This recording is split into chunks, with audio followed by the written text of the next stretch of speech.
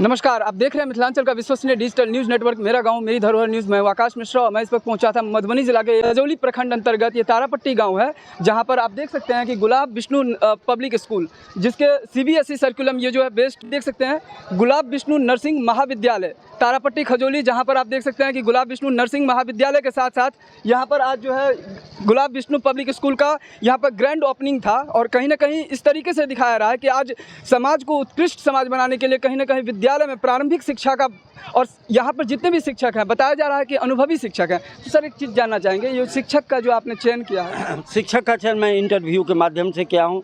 जैसे vice principal मेरे trend हैं, आपको भागलपुर से आए हैं, कुछ लोकल टीचर है, कुछ और ट्रेंड टीचर हैं, संस्कृत के अलग टीचर हैं, कंप्यूटर के अलग बाहर के हैं, एक्सपीरियंस टीचर हैं, और आने वाले समय में 1-2 महीना में साउथ से भी टीचर आ रहे हैं। तो सर आपने अपने लक्ष्य को साधा और किसी तरीके से आपने पहले जो है गुलाब विष्णु नर्सिंग महाविद्यालय स्टार्ट किया और उसके बाद जो है गुलाब विष्णु पब्लिक स्कूल का आपने फाउंडेशन, इसके बाद मेरा गुलाब विष्णु नर्सिंग होम का भी प्रारंभ काम चल रहा है। इसके बाद मेरा अपना ख्वाब है कि इस क्षेत्र में मेडिकल कॉलेज हो, इस जगह पर आपको पारा मेडिकल हो, फार्मेसी हो, और इन सारे दिशाओं में मैं कार्यरत हूँ। सर आप शिक्षा के क्षेत्र में इतना अच्छा प्रयास कर रहे हैं, तो प्रेरणा कहाँ से आपको आती है? प्रेरणा मेरा पिताजी और माँ है। मेरे पिताजी उस ज़माने के मिडिल थे, जब हम आईएससी का फॉर्म भरने के लिए थे, फॉर्म के लिए पैसा नहीं थे, मालिक थे, लोहट मिल से वो पैसा लेकर के चले थे, माल गोडाउन ट्रेन में चढ़ गए थे, मधुबनी में जब गाड़ी नहीं रुका तो वो छलांग लगा दिए, उनका ये सब फटा हुआ था। तो जो बाप मेरे लिए ये कुर्बानी दिया, मैं समाज के लिए वो कुर्बानी देना चाहता हूँ। मेरा आधार, मेरा सब कुछ मेरा बाप माँ। तो ये बहुत बड़ी बात है, क्योंकि आज समाज में ऐसे बहुत सारे मेधावी बच्चे हैं जिनके पिता, उनके पेरेंट्स जो हैं शिक्षित नहीं है, लेकिन उनका एक ड्रीम्स रहता है कि अपने बच्चों को शिक्षित करें, हायर एजुकेशन दें, लेकिन कहीं ना कहीं फाइनेंशियली इशू की वजह से वो नहीं कर पाते हैं। और जैसे यहाँ पे हमारे साथ चेयरमैन है, उनका कहना है यहाँ पर गरीब बच्चों को भी वेलकम किया जा रहा है। मोस्टली वही गरीब बच्चे, अभी जो विद्यालय में एडमिशन हुआ है, आपको 80% डाउन ट्रोडन क्लास के बच्चे हैं, जिसका बाप मजदूरी कर रहा है। मेरे अथक प्रयास से इतना मानसिक रूप से उद्वेलित हुआ है लोग कि आप जब आएंगे विद्यालय देख के अवाक रह जाएंगे कि समाज में ऐसा भी व्यक्ति आया है जो गरीबों के, किसी कास्ट कम्युनिटी क्रीड का हो, जो गरीबों के बच्चों के उत्थान के लिए इस तरह का कार्य कर रहा है। और मैं मुस्कान देखना चाहता हूँ उस टोला में, उस घर में, उस गांव में। आप इस बात को देखिए, निरक्षर को साक्षर करने के बाद मैं गुरु दक्षिणा में इस देश को, राज्य को, समाज को बचाने के लिए, पर्यावरण को बचाने के लिए मैंने गुरु दक्षिणा में एक पेड़ मांगा।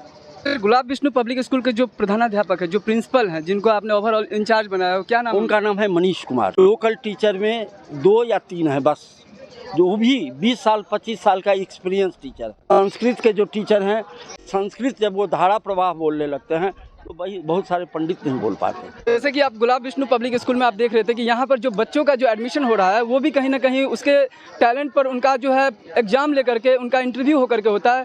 ठीक उसी प्रकार यहाँ पे जो शिक्षक का जो चयन किया गया है वो भी इंटरव्यू के आधार पर किया जा रहा है। देख सकते हैं कि बिहार राज्य में अलग अलग जगहों से शिक्षक को चयन किया गया है। ये सीबीएसई पैटर्न पे है सर, सीबीएसई पैटर्न, सीबीएसई।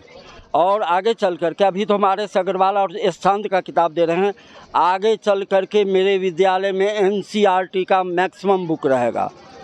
और ये जो विद्यालय में जो क्लास है, स्टैंडर्ड क्या है, कहाँ से कहाँ तक है? ये नर्सरी से लेकर के अभी 8वां क्लास तक चलेगा, और मेरा प्रयास है कि 12 तक का ये सरकार से, भारत सरकार से मान्यता लाभ है। यहाँ पर क्या हॉस्टल की भी फैसिलिटी? हॉस्टल की भी फैसिलिटीज होगी। और बच्चों के जो ट्रैवलिंग के लिए, कई दूर दराज के बच्चे के लिए आप देख रहे हैं कि कई गाड़ियाँ लगी हुई है, और बच्चों जब बढ़ेंगे तो मैं टाटा का 1-2 बस रहेगा जो बच्चों को पिकअप करेगा, लाएगा, फिर बच्चों को ले जा करके छोड़ेगा। कई बार ऐसा देखा जाता है कि छोटे छोटे बच्चे यहाँ पढ़ने के लिए तो आते हैं, कभी उनकी, तब जैसे आपने बताया फिजिकल और मेंटल, तो फिजिकल फिटनेस रहेगा तो मेंटली वो फिट रहेगा, पढ़ाई पे उसका ध्यान रहेगा।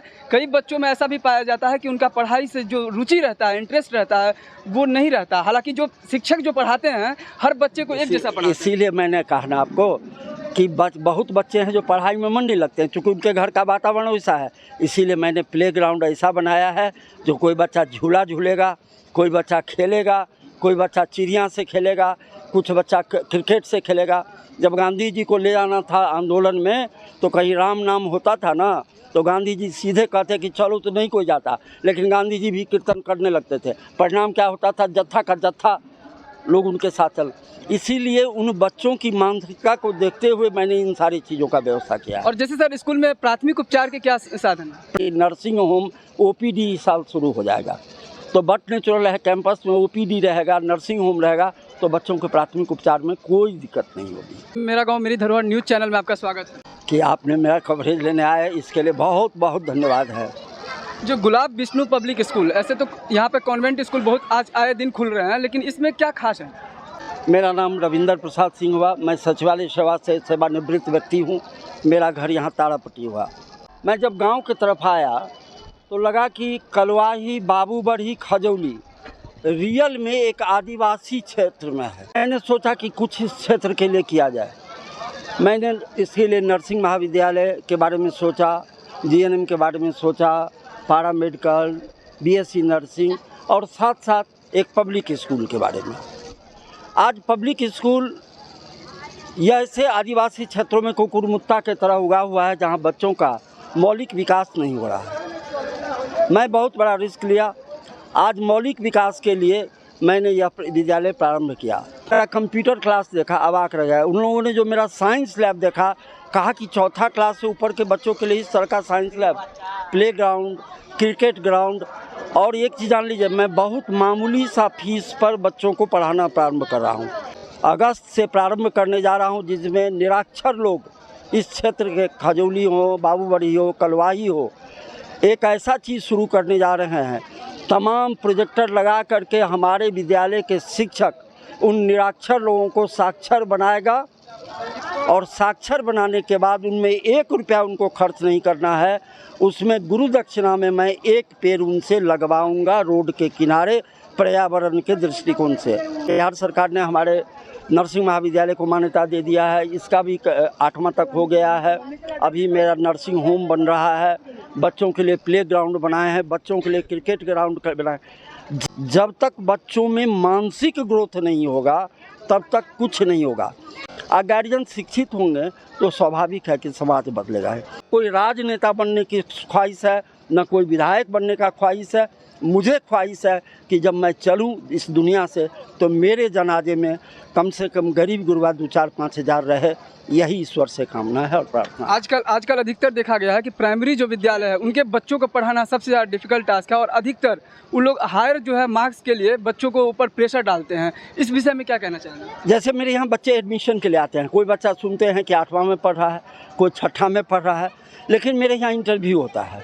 जो गांव को छोड़ देगा उसका विनाश निश्चित होगा। आत्मा गांव में बसती है।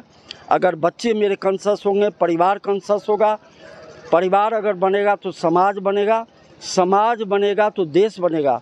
विकास की धारा, आपको तो मैंने कहा कि 30 वर्षों से आज झोपड़पट्टी लटकी हुई है, आज कोई विकास नहीं। ऐसे लोगों को मुझे आगे बढ़ाना है और इसी संकल्प के साथ मैं आया हूँ। जैसे कहते हैं आज का बच्चा कल का भविष्य, और एक अच्छा समाज बनाने के लिए, एक अच्छा राष्ट्र बनाने के लिए कहीं ना कहीं ये छोटे छोटे बच्चे इसको जिस सांचे में ढाला जाता है उसी प्रकार से वो क्या है कि आगे जो है समाज में निखर के आता है।